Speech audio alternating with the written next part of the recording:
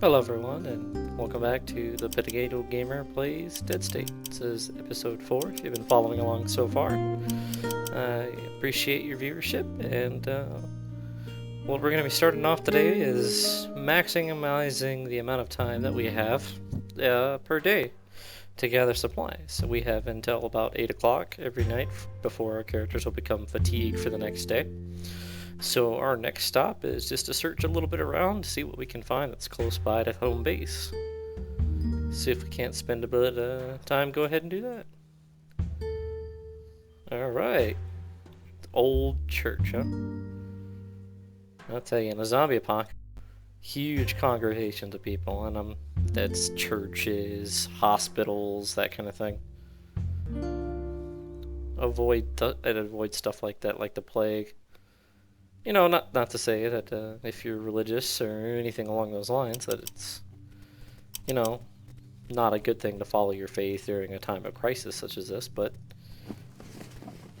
just as far as safety is concerned, you'd be around a lot of people, and chaos ensues when there's a lot of people.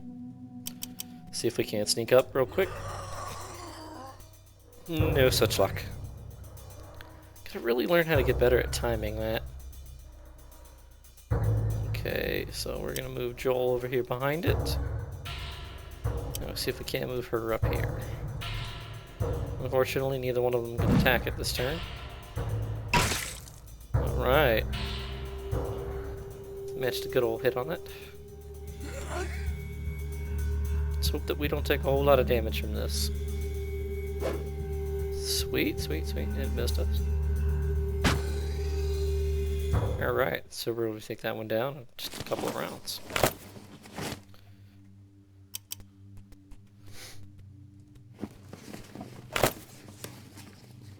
Let's see what we can't find to make our life here a little more bearable in the zombie apocalypse. You know, let's go ahead and take the time real quick to bandage up our poor folks.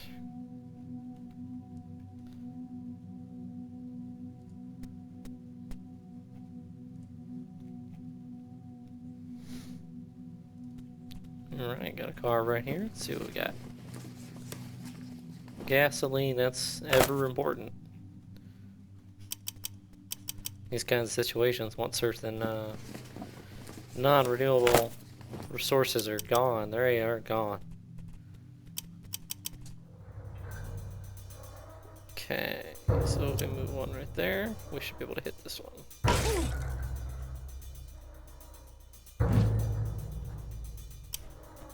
Okay, move Joel up and he won't be able to do anything.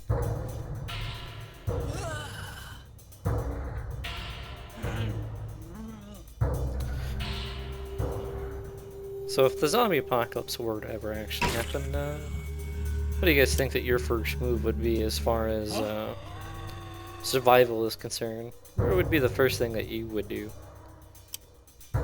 Me personally, definitely try to get out of any kind of a big city. Don't want to deal with massive amounts of people. Kind of goes back to the hospital and churches kind of thing that I was talking about earlier. So we're seeing if we can't funnel these zombies into us real quick.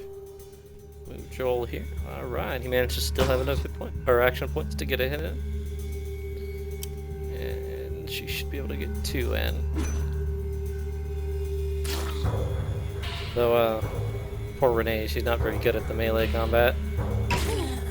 Okay. So, move up one, and we'll still be able to hit this one. And of course, swing and a miss. Let's see, what we did there was use the sideways advantage, so it would have to move over one to be able to attack me, since it can't do so diagonally without some kind of a two-handed weapon. Similar to my main character's baseball bat.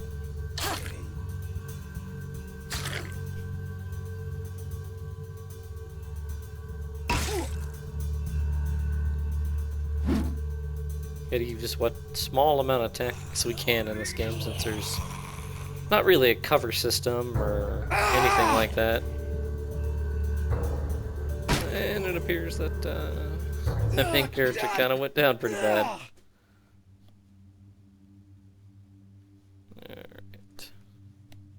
That's a good thing we have a team medic now. And I decided to bring her instead of her mother, because my medical skills are not nearly as good as hers. Hers being almost the second pip of the talent tiers. I don't know really much that the talent tiers help the NPCs as much as they do the player character, but worth a look-see. And at least it's better use of medical supplies. Alright, so we have a church and an empty home over here. So I like to make my way around the map and clean out any stragglers that might be around. That way we're not pulling more zombies to our location if they actually make any more noise. And we definitely want all the supplies that we can get, just in case. Got a nail gun here, huh?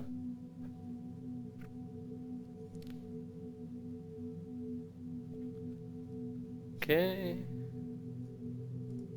Yeah, we can go ahead and take all that stuff, why not? I think there was an unfortunate accident that happened with a nail gun in the old movie Happy Gilmore. I think he shot his boss in the head. Which, just, if you ever want job stability, shooting your boss in the head with a nail gun probably not the best plan.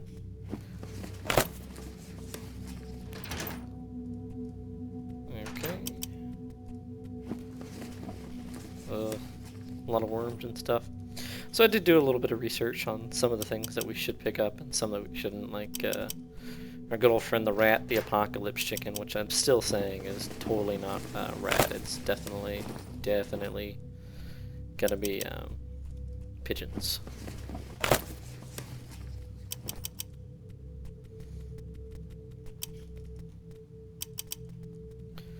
Alright, so now I think that we're going to try and make our way into this locked home over here. Before we go into that church, because that does not strike me as someplace that I want to go in. At least not directly. Okay. So if I move up just a little bit and hit the spacebar, alright, we got it that time. Well, it doesn't really matter. Still missed pretty badly, but it's okay. See if Joel can get up here and finish the job. Not so much, but okay.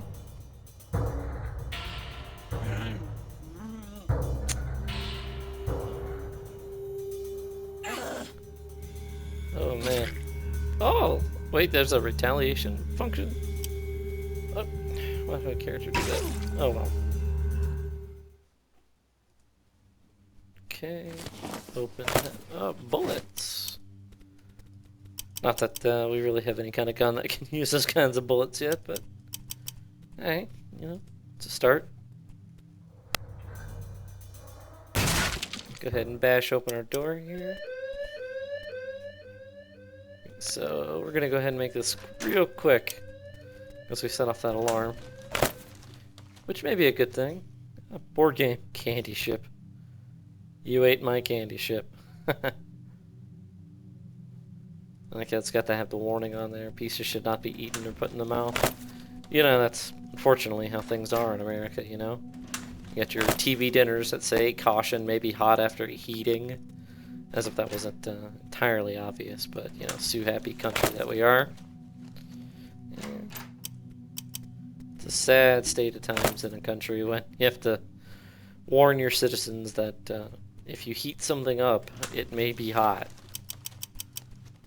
But, you know, hey, it's all started back in the day, I think, with that whole McDonald's scandal where some lady poured hot coffee on her legs and ended up burning herself in the car, and then claimed that she didn't know that it was going to be that hot.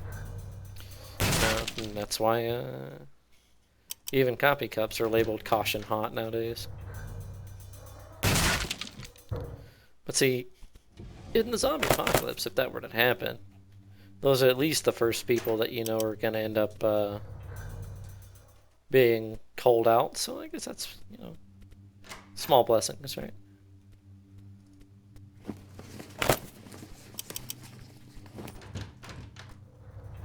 That's one thing I wish that the game here touched on a little bit more, which it hasn't so far yet, was yeah, psychosis and state of mind, and people would break down. At least, I mean, they have, oh, what's her name? Oh, and I found out that you can switch places with your people. So that's going to be helpful for me to tactically attack. Okay, come on. Oh, there was... I guess they can occupy the same spot. That's good to know. Okay. So if we do this, Joel can attack. And then switch places back. And leaving her with full amount of action points. So that works. Yeah. Often the line between death and living is just a sound plan. Oh, didn't see that guy. See, folks, this is why I say don't go into a church in the apocalypse. So I think if we move here, Joel can get a good hit in. Okay, she will have to move here. I think she can move him and then attack once. And if he can attack it and actually kill it. Alright, that's one down. So let's go ahead and go into solo mode for a moment. Let's see. I think what you're gonna do. Let's see if we can't scum this a little bit. Use a little bit of our brain know-how. See if we can't use our noodle.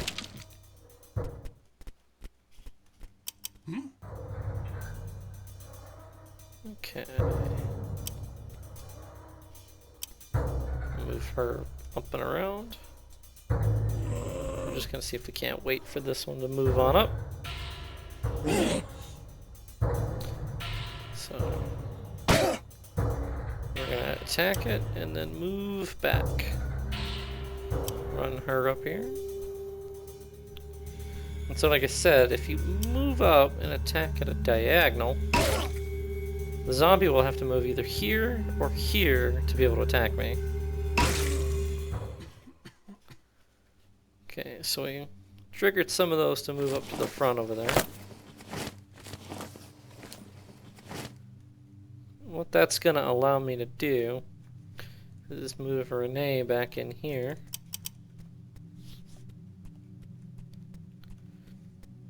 And go back into solo mode. We're gonna sneak. See if we can't draw them a little bit closer to us one at a time.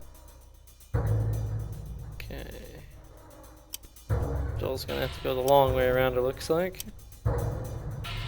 Let's see if we can't move her here. And still get an attack in. We sure can.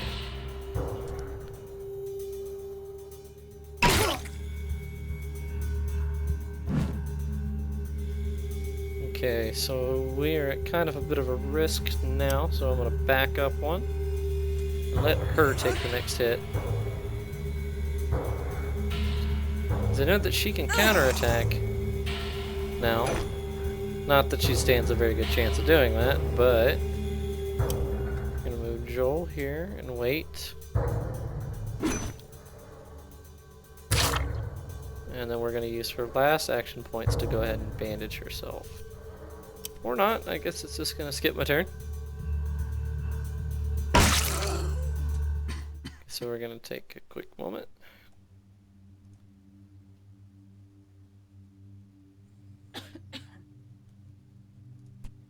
And we're gonna heal our people up.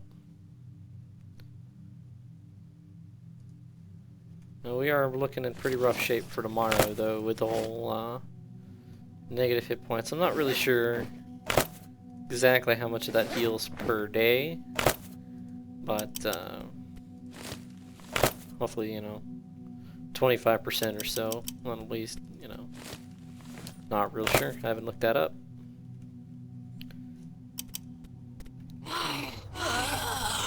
Uh-oh. Okay, well that didn't work quite the way that we wanted it to.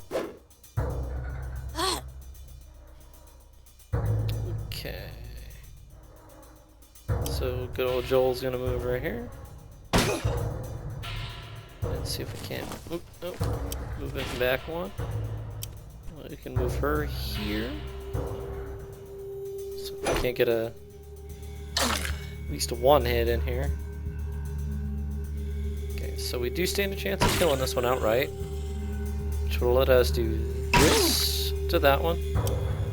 Back up, and it will have to move forward and get one less attack.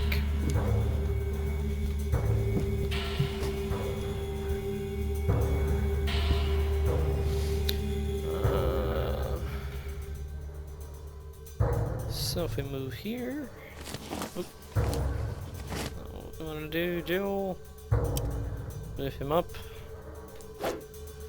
and he misses. Okay. It's a very handy feature, being able to switch places with your people.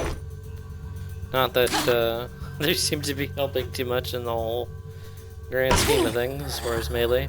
I think I might switch Joel out for Anita, at least for the time being.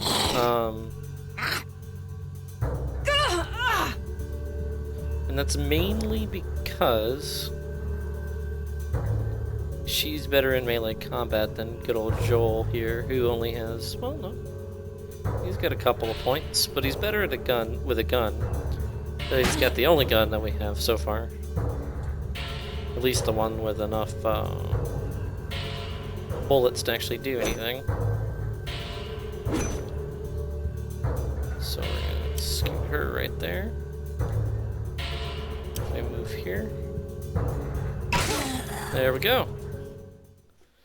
Not the prettiest combat in the world, but I think it went better than it would have.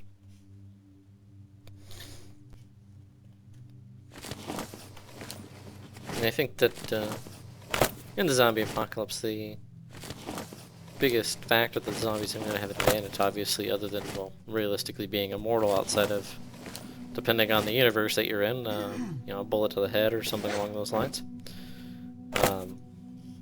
is the fact that the human body, if you didn't know, is actually much, much stronger than what you're able and capable of doing physically. As far as what I'm talking about is, your brain limits your capacity to be able to do certain things so you don't actually injure your body. Once they would lose that that overriding drive, it would probably you wouldn't end up being able to get away from them. Their grip would end up being too strong compared to you as an average person. It's kind of like take the concept of when people have their children are like stuck underneath a car or something, and we've all heard the story where the you know, the mom lifts the truck off of her child because you know, adrenaline and things like that. But this isn't so much a case of adrenaline as it is your body's own yeah,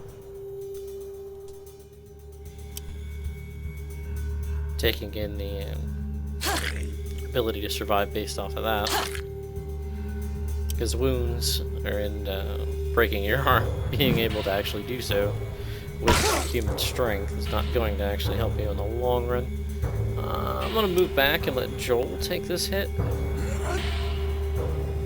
Hopefully he is able to either dodge it or not get hit so hard, but he's doing better as far as overall hit points, and I want to try and spread out the daily worth as far as healing is concerned.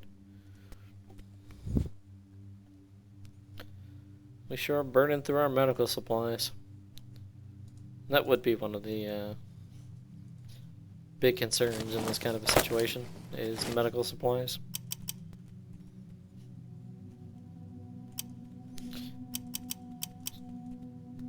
It doesn't look like there's anything back here. So I think that we're going to go ahead on and meander back onto home.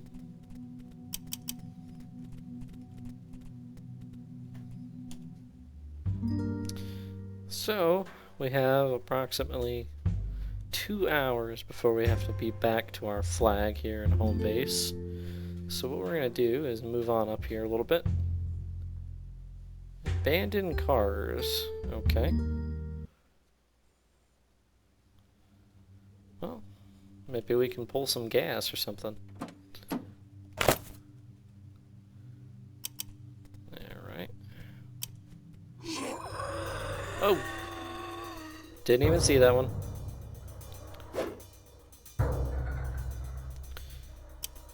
Okay.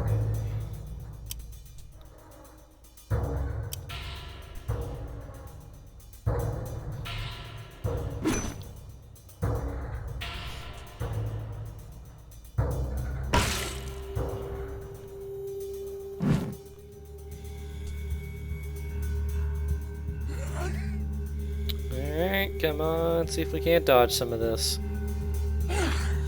No, nope, not so much. And Joel's only going to get one attack. That's another problem with Joel, is he gets very little action points to do much. So, let's see what we can do here. Maybe we can sneak up on this one right here. Nope, didn't manage to do it in time.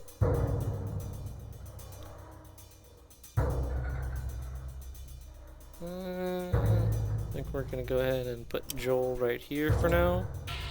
And we're gonna move her right over here, which allows us a little bit of a breathing room to kite this zombie. Little known fact, if you didn't know where kiting came from, there was an old MMO by the name of EverQuest. And the whole concept was you would snare your enemy and they would just chase you around in a circle, kind of like you were flying a kite. So if you didn't know where that came from, there you go. Okay, so that lets me move Joel right here to get a good whack from behind. Then we're going to actually move Joel back one, because I suspect that that one's going to try and move in and attack.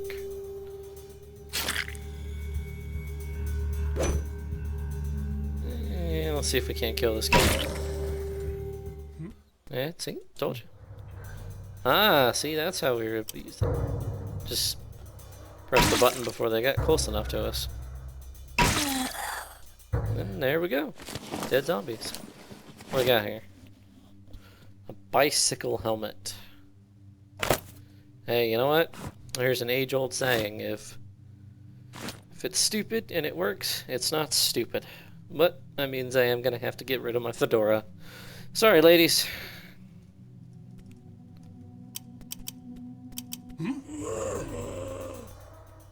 And I don't know how I'm supposed to pick up women if I don't have my fedora on, though, so. If you have any idea or any clues, leave some dating tips for without the fedora in the comments. And swing and a miss. So, what I'm going to try and do here is move over this way one, because I don't know if it was going to go after Joel. I wonder, what is the statistic chance for them to knock you down like that? Yeah, right. Alright. And she managed to kill it. But our poor main character is really, really beat up at this point. I think he's going to have a max of about 40 hit points right now. Oh, so you lose about 5 every time you heal. Maybe it's different or incremental at certain levels of damage. Not really sure. Let's see if we can't avoid that one right there. And mosey on out of here. So we have an hour and a half, so we're going to hit right there. And then head back home. Hopefully we make it. I think that we will. Well, a little bit after 8 o'clock, so I don't know if that's going to affect or not. But we'll see. So, but what that did was maximize our day period, so we could get a little bit more food, a little bit more fuel, a little bit of extra things to help out with our base.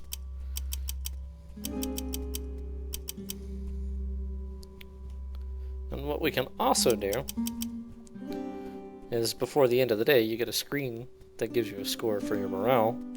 So what you're best off doing is coming over here to your supply cache and finding stuff that people like.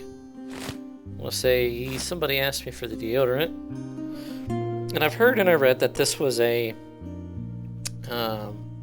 Kickstarter backer specific item. So if you're wondering what that was for or even where it came from, but you know, hey, I don't think anybody was wanting bourbon, but I do think maybe somebody wanted coffee. I'm not sure. Might be Professor Xavier that wanted coffee. I'm not real sure. Let's see. There's a screen that we can check. She's disgruntled, so that's not good. Let's see. We've got content. Oh yeah, see, that's what I was talking about. They're tired now, so I think that just lowers their maximum amount of hit points. Not really sure. So we're gonna give something to Anita, which I think she wanted the deodorant because truckers are stinky apparently. So let's go over here. And I found you some deodorant. Glad we could help. So I think that you can use some oh, there we go. There was the coffee girl. I love coffee myself. I can't function in the morning without it, so. But I think that we have some energy drinks in here in our I don't know where they put them at. Maybe it's somewhere. Let's click in here. Yeah, see, these energy drinks, those will fix up the fatigue. So what we're gonna do is take all this stuff out of here. Yep. Get hers, restock, and do the same thing. No, actually, we're gonna leave that there. Put that up here, so Joel has a few more bullets. Okay.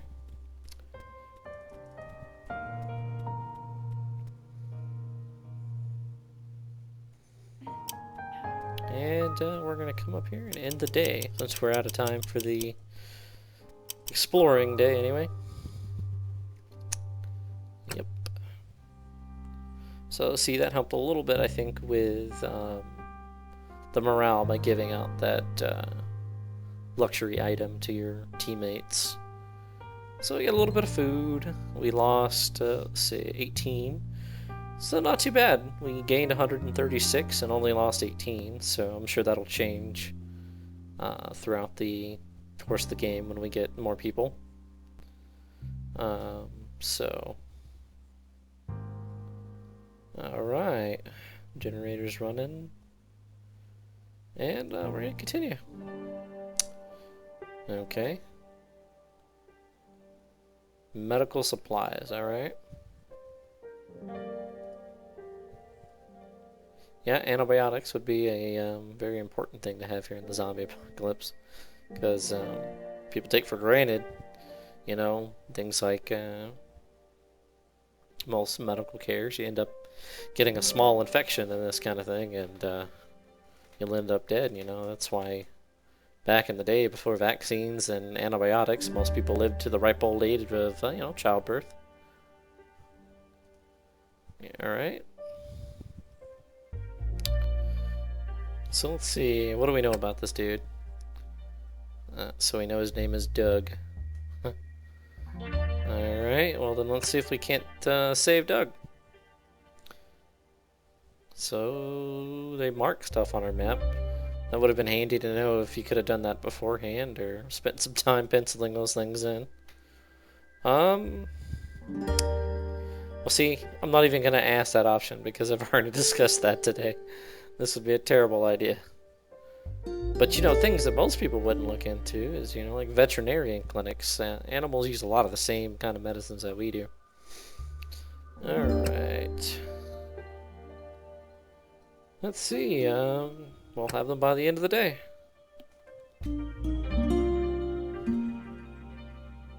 So antibiotics can help fight off the infection. So that means it's a bacterial thing. Because otherwise antibiotics wouldn't work. You would need like antivirals or something along those lines. But I don't see how that works. If the antibiotics is staving it off, you know what? Hand wavy video game logic. We gotta go assign people at the cafeteria. So, okay. I see. Ooh, there's a lot of them out there. Come on, admit it. You would all look to see if one of the zombies was a hot chick. Let's see. Yeah, that's true. I could have been one of them, but I'm not, because I am the mighty potato. Yeah. And we did rebuild the fence, but he is telling me a lot of things that I already know. Let's see. That's true. Oh, and I would answer it that way, as if I didn't really have a choice in the matter. Yeah, you could opt out, but... And I'm sure there would be plenty of people that would do that in the zombie apocalypse. I did indeed lose a lot in that crash.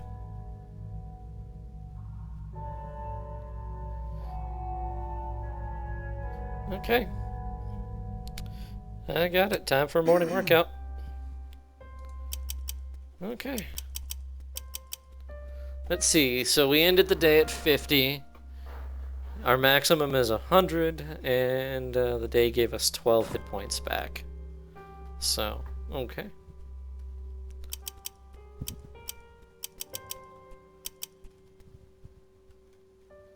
Alright. So let me go get these sodas in here.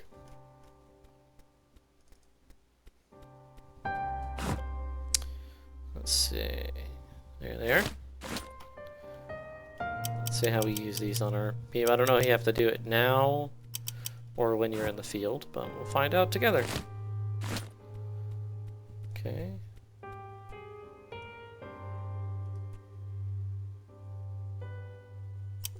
Okay, so oh, that's how you do it. You just click on them. What's this thing called? Flashbang? Oh, flashback. Wonder if it's got electrolytes in it, because we all know electrolytes are what plants crave.